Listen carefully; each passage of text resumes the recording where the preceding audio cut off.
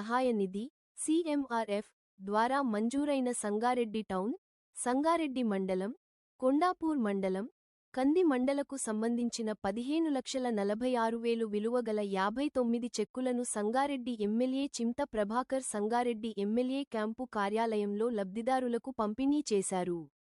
ఆర్థిక ఇబ్బందులు ఎదుర్కొంటున్న పేద మరియు మధ్యతరగతి కుటుంబాలకు ముఖ్యమంత్రి సహాయ నిధి ఎంతో ఉపయోగపడుతోందని మాజీ సీడీసీ చైర్మన్ కసాల బుచ్చిరెడ్డి అన్నారు.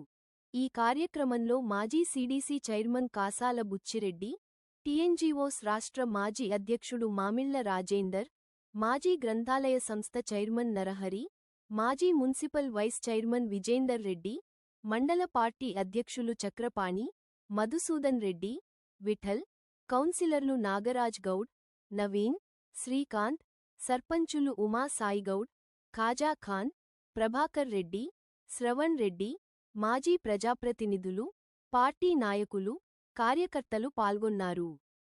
వివిధ గ్రామాలకు సంబంధించినటువంటి పేద ప్రజలు అనారోగ్య కారణాలతోటి ఆసుపత్రులకు వెళ్ళి చూపించుకున్న తర్వాత మరి స్థానిక శాసనసభ్యులు అన్న ప్రభాకరణ దృష్టి తీసుకొస్తే సీఎంఆర్ఎఫ్ పెట్టిస్తా అన్నప్పుడు చాలామంది అప్లికేషన్లు ఆఫీస్ నుండి పంపించడం జరుగుతూ ఉన్నది. నిరంతర ప్రక్రియ అది.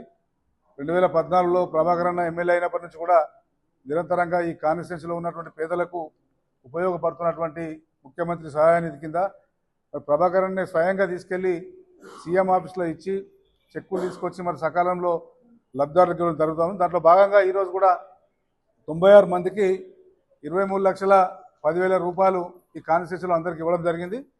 మరి ప్రభుత్వం ఏదైతే ఎన్నికలప్పుడు గరీబులకు హామీ ఇచ్చిందో అవన్నీ కూడా మరి ఎక్కడ ఒకటి నెరవేర్చడం సాధ్యం కాకపోయినా మరి ఏదైతే ఎలక్షన్ ముందు కానీ రేవంత్ రెడ్డి బహిరంగ సభలలో కానీ మైకు పట్టుకుంటే చాలు కేసీఆర్ గారిని తిట్టడం తప్పిస్తే ఏదైతే హామీలు ఇచ్చిందో 6 గ్యారెంటీల పేరు మీద హామీలు ఇచ్చిన ఒక్క హామీ కూడా నెరవేర్చకపోవడం అనేది దుర్మార్గమైనటువంటి చర్య.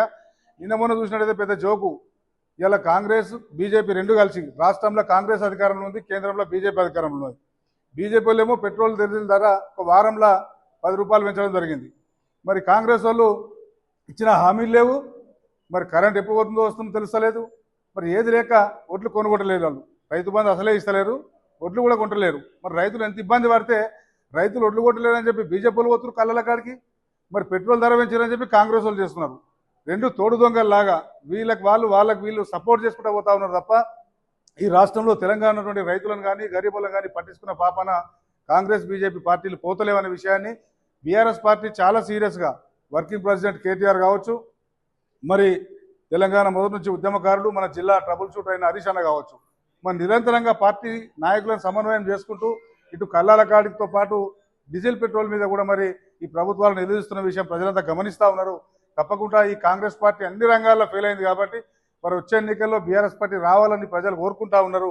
తప్పకుండా అంతకుముందు అయితే రేవంత్ రెడ్డి మాట్లాడినటువంటి మాటలు, స్పీచ్ ఆయన పీసీసీ ప్రెసిడెంట్గా ఉన్నప్పుడు మాట్లాడిన మాటలు సోషల్ మీడియాలో యూత్ కానీ మహిళలు కూడా పొలాలలో పెట్టుకుంటా ఉన్నారు. రైతు బంధు ఏమైందా, ఒక 2 సార్లు ఎందుకు ఇస్తున్నారు, 3 సార్లు ఇవ్వాలని చెప్పి రేవంత్ రెడ్డి ఆయన బీఆర్ఎస్ను ప్రశ్నించిన విషయం కావచ్చు, డిసెంబర్ 9 దాకా ఆగితే 4,000 పెంచి ఇస్తాం అక్కలు పెద్దమ్మలు అని చెప్పిన విషయం కావచ్చు, మరి ఇంట్లో ఉన్నటువంటి ఆడపిల్లలందరికీ కూడా మరి 2,500 నెలకు పింఛన్ వచ్చినట్టే 1వ తారీఖు ప్రతి నెల 1వ తారీఖు నాడు వేస్తా అని చెప్పి ప్రకటించిన విషయం కావచ్చు. మరి ఇట్లా ఏ విషయం తీసుకున్నా ప్రజలందరూ వాళ్ళే గుర్తు చేసుకొని మరి ఎప్పుడు ఎన్నికలు వస్తాయని చెప్పి ఆత్మతో చూస్తూ ఉన్నారు. కాబట్టి ఇవన్నీ ఆలోచన చేసుకొని మరి ఇప్పటికైనా సరే రేవంత్ రెడ్డి గారు మరి ఈ విషయాలన్నీ దృష్టిలో పెట్టుకొని మరి ప్రజలకు ఇచ్చిన మాటను అమలు చేయాలని చెప్పి బీఆర్ఎస్ తరఫున డిమాండ్ చేస్తూ ఉన్నాం.